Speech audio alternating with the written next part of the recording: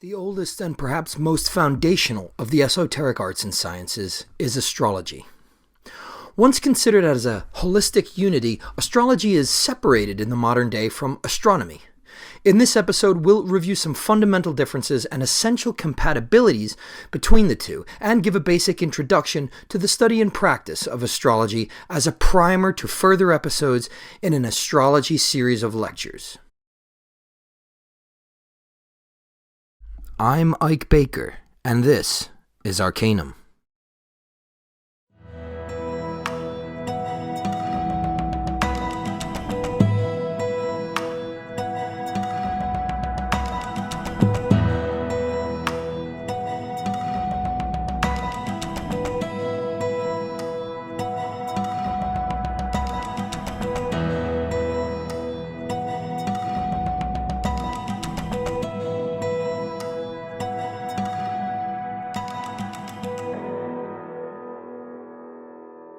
If you enjoy the content I'm creating, please consider subscribing to the Arcanvm Patreon. For the price of less than a cup of coffee a month, or a one-time donation, you could really help me continue to carve out time to research, write, edit, and ultimately produce this free content with a high level of rigor and also many years of practical experience. If that's something you're able to do, click the link below to my Patreon profile. If not, please continue to like, subscribe, view, and share these videos. Oxford defines astrology as, quote, the study of the movements and relative positions of celestial bodies interpreted as having an influence on human affairs and the natural world, end quote. I would add that astrology is also a language of symbols. Oxford also defines astronomy as, quote, the branch of science which deals with celestial objects, space, and the physical universe as a whole, end quote. I would add to that this. Astronomy does not assume any causal relationships or energetic interactions and exchanges between the planets and the zodiac that may influence people and their affairs. There are several branches and types of astrology, and as usual, we'll be focusing on those used primarily in the Western esoteric traditions. In the system of Western tropical astrology, our model is based on the Western calculation of a solar year. There is another classification in more widespread use in the East called sidereal astrology. This system bases its model on the actual current positions of zodiacal constellations in the sky. We'll go over these in greater detail in just a few moments. For now, let's attempt a brief history of astrology in extremely broad strokes. Caveat. The time constraints of this episode will inevitably force me to pass over certain people, places, and events. So if I don't mention your favorite astrologer, mea culpa. Astrological records to date suggest that astrology can be traced as far back in history as the ancient civilizations of modern-day Iran and Egypt, the oldest known uncontested texts dating back to around 4,000 years ago. However, its most primitive origins predate the written record.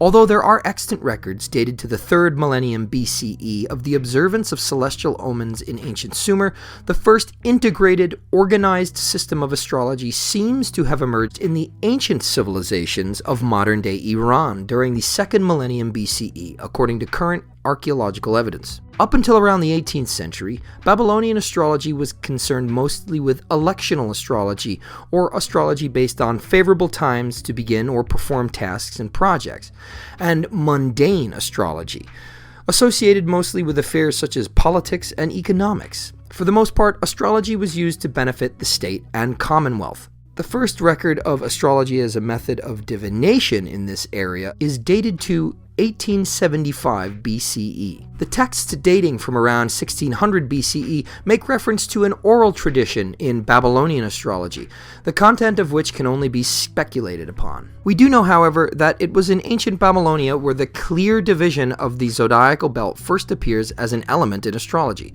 These ancient Chaldean astrologers divided sections, plotted by constellations, of the ecliptic, the plane of the Earth's orbit which creates the sun's apparent annual path. They described the 12 signs by attributing myths to the constellations so that the zodiacal wheel formed a cosmic story. The practice of what we would today consider astronomy in ancient Egypt is suggested by the archaeological record to have existed in prehistoric times. Stone circles in Upper Egypt, dated to the 5th century BCE, are evidence to the importance of the movements of the planets to these ancient peoples and the constellations in Egyptian society. It was the initiate priests in Egypt who, serving also as astrologers, began to correlate the movements of celestial bodies with their religious beliefs. But there were also eminently practical reasons for watching the sky. For example, the flooding of the Nile every year seemed to be heralded by the first visible appearance of stars above the eastern horizon just before dawn. These omens served as a kind of warning and seemed to the ancients as evidence of discernible cosmic patterns. In an attempt to bring their own lives into sympathy and greater harmony with these large patterns that they observed, they refined their knowledge and technical skills to the point of engineering their famous pyramids. From a Wikipedia article, quote, "The precise orientation of the Egyptian pyramids serves as a lasting demonstration of the high degree of technical skill in watching the heavens attained in the 3rd millennium BCE. It has been shown the pyramids were aligned toward the pole star. Evaluation of the site of the temple of Amun-Ra at Karnak has shown that the great temple was aligned on the rising of the midwinter sun." End quote. Such great effort and precision in what contemporary science considers primitive peoples evidently suggests the importance of the celestial movements and alignments to them. They had even devised a 365-day calendar by this point, with 5 days left over in which to celebrate the birth of the Neteru, the Egyptian great gods. In 525 BCE, the Persians, which had conquered the ancient Babylonians, invaded Egypt, and inevitably, the two systems of astrology began to influence one another. An Egyptian bas-relief, known as the Dendera zodiac, has been dated back to the 1st century BCE during the Ptolemaic dynasty of Egypt during the Hellenistic period. The Dendera zodiac is the oldest archaeological reference for an Egyptian zodiac.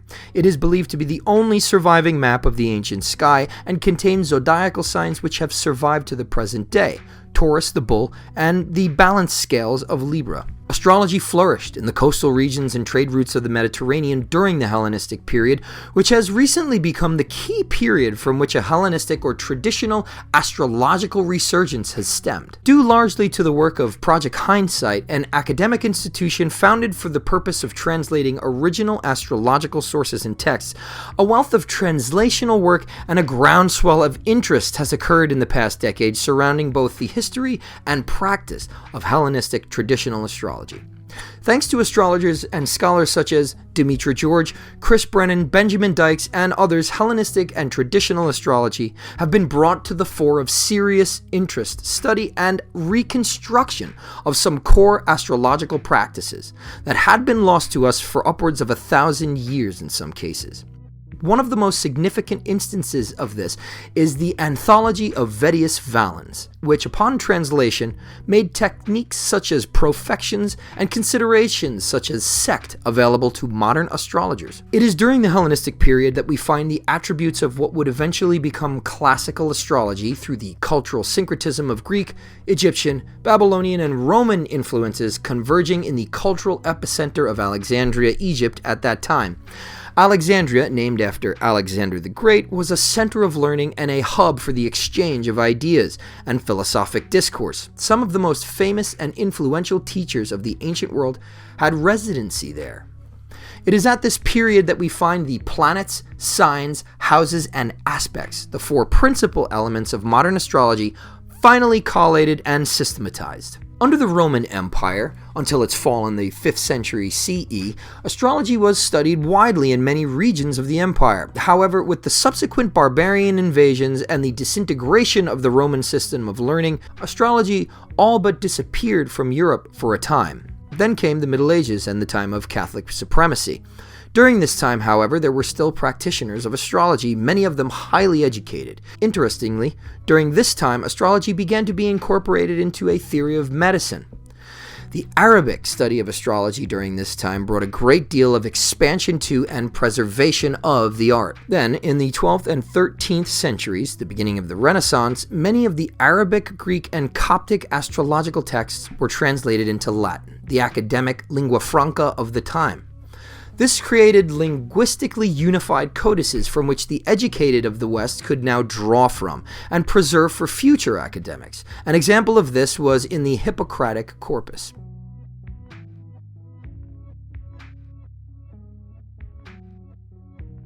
By the end of the 1500s, physicians across Europe were required by certain laws to calculate the position of the moon before carrying out complicated medical procedures, such as surgery or bloodletting. Doctors from the time period were known to carry special almanacs, calendars, which contained star charts. Astrology was even taught in universities. John Dee, the polymath who famously recorded his communication sessions with angels in a series of particularly historically significant diaries, was also court astrologer to Queen Elizabeth I. Much of classical astrology was brought to a very fine art, chronicled, catalogued, and archived in great volumes during this time. The advent of the scientific method and the first scientist also brought great knowledge to, as well as sharp criticism of astrology as a discipline. It began a steep decline around 1650, however, also at this time arose the works of master astrologer William Lilly, perhaps the most consequential astrologer of 17th century Europe. He famously wrote a work on horary astrology, a branch of astrology dealing with the timing and answering of questions, which we'll cover in a little more detail later on. By the 1700s, astrology was still in use in some mainstream circles, but it was no longer taught in educational institutions. Around the time of the Enlightenment, vehement skepticism brought forth by a cultural ennui and several influential authors and philosophers of the time, writing in a not insignificant spirit of materialist hubris, began to attack and devalue astrology as a valid science in itself. At the end of the 1800s, astrology reappeared in the collective consciousness via the influx of spiritualist and occult movements of the time, including Helena Blavatsky's Theosophical Society and the Hermetic Order of the Golden Dawn. These occult societies had significant numbers of members and literary contributors well into the 1930s, until around the start of World War II, including among the most famous perhaps, the astrologer Alan Leo. During the 1960s and 70s in America, astrology made yet another appearance in the collective culture with the emergence of the New Age movement. Figures like Dane Rudhyar brought astrology into a perhaps peripheral but significant segment of the mainstream. However, at this time, astrology had begun to be psychologized. While there is evidence from at least as early as the Hellenistic period of a component of astrology being interpretive of an individual's psychology or mental emotional states, and this aspect is of course of great use and validity, it is not the fullest expression of astrology as it was used and conceived and has the potential to be. As astrologer Chris Brennan put it, a study of fate and fortune. Since the early 1900s, however, modern science, reductionist materialism, has steadily encroached upon these arts and pushing them further and further into the peripheries of our cultural awareness. As a result, astrology, among the other occult and hermetic arts, has been recently regarded more ignorantly, studied more superficially, and utilized more commercially than in some previous generations. In the past decade, however, it, along with similar disciplines and worldviews, is experiencing an upturn on the wheel of fortune, so to speak, and is in a glorious ascendancy. Though still refuted in some corners by perpetually disenchanted, self-perceived rivals to cultural relevancy. Taking a few steps back once again to the Hellenistic era, I'd like to take a moment to address a figure some may have scratched their heads at me having not mentioned. This was Claudius Ptolemaeus, or Claudius Ptolemy, the Greco-Egyptian-born Roman mathematician and astrologer who famously created the Ptolemaic model of the cosmos.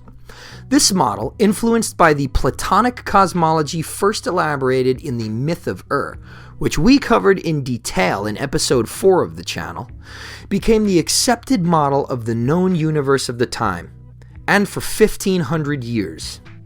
It placed the Earth at the center of what we now know to be our solar system. This was called Geocentricism, Earth at the center.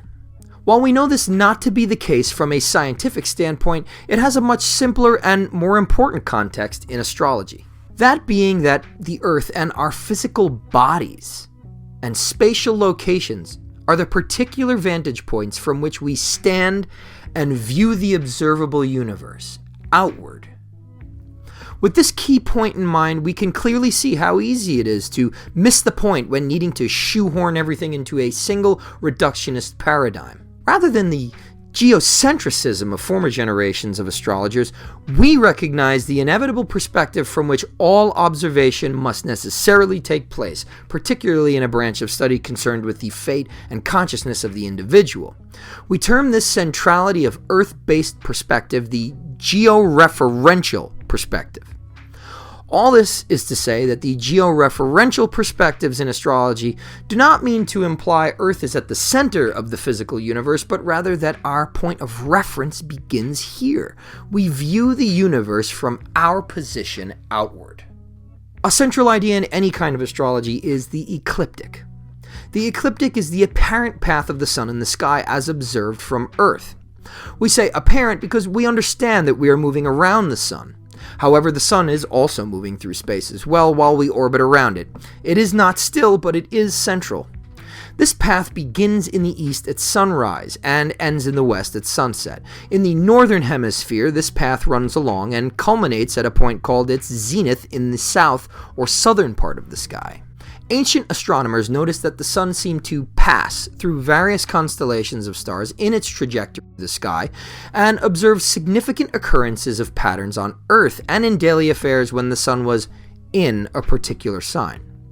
From this, we derive the belt, band, or wheel of the zodiac in its 360-degree trajectory around the Earth from a geo-referential point of view. The main difference between tropical and sidereal astrology is that since the time of the zodiac's codification, the constellations have moved due to an effect known as the precession of the equinoxes. We'll cover more on the zodiac and precession of the equinoxes later. One thing that I'd really like to stress is that astrology as a study and practice is rendered lifeless, in my opinion, without astronomical observation. Now, that doesn't have to be through sophisticated telescopes, and it could just be going outside on your front lawn on a clear night and taking a look up at the night sky. Bogged down amid charts, tables, and delineations, we're apt to lose the inherent magic that truly binds our experience of the world around us to our subjective interior lives. We become detached as microcosms from the whole of the greater macrocosm, forgetting moment to moment the great cosmic body of which we are parts. Therefore, observation of the celestial bodies, for me, is co-requisite with any kind of study of astrology. Astrology is, after all, a science of the skies. Now, there are several working theories as to how and why astrology works. I'll briefly give some of these theories for you to chew on and come to your own conclusions, if one is even really necessary. I mean, after all, these things tend to be called the mysteries for a reason, right? To learn more about these mechanisms, check out Arcanvm episode 1, What is Magic? The first of our stellar theories comes from the work of Plato, specifically the myth of In this conception, the soul, or Psyche, passes through the celestial spheres of planetary influence to a realm beyond the Ogdoad, or eighth sphere of the heavens, the fixed stars, to a position outside the causal spheres, or karmic mechanism of the universe, which Plato called the spindle of Anagke, the spindle of necessity, or literally constraint. Neoplatonists of the first few centuries CE expanded upon this, elaborating the starry nature of the psyche. This starry or astral, coming from the Greek word astron, meaning star or starlight, nature of the psyche is thought to be what gives it sympathy and therefore the ability to be influenced by the planets and constellations. Porphyry considered that as a soul incarnates back down through the spheres of causality, the spheres of the planets, it puts on several accretions or astral garments, ultimately culminating in a character resultant from the relative positions and dignities of the planets at the individual's time of descent. The second of these theories also derives from the works of Plato, specifically in the Timaeus, where the cosmos is conceived of as having a soul, which philosophers of the Middle Ages and Renaissance would call the anima mundi. It was by accessing the anima mundi, or the natura naturans, nature which gives birth, by way of the synthemata of the natura naturata, or nature which is born, that one could perform astrological magic. We find the best examples of this theory in the Picatrix and in the 3 books of occult philosophy by Heinrich Cornelius Agrippa. The extension of this, as a third theory, is that each individual is a replica in miniature of the greater cosmos, a microcosm within a macrocosm, and therefore imbued with varying proportions of the same underlying essences and potencies as the universe itself, affected by the circumstances of time, place, and relation to all else. There are numerous other potential theories as to how and why astrology works, but these are the most traditional and, to me, philosophically sound. Join me again in the next video, where we'll finish our introduction to the basic tenets of astrology. Thanks for watching. In Lux.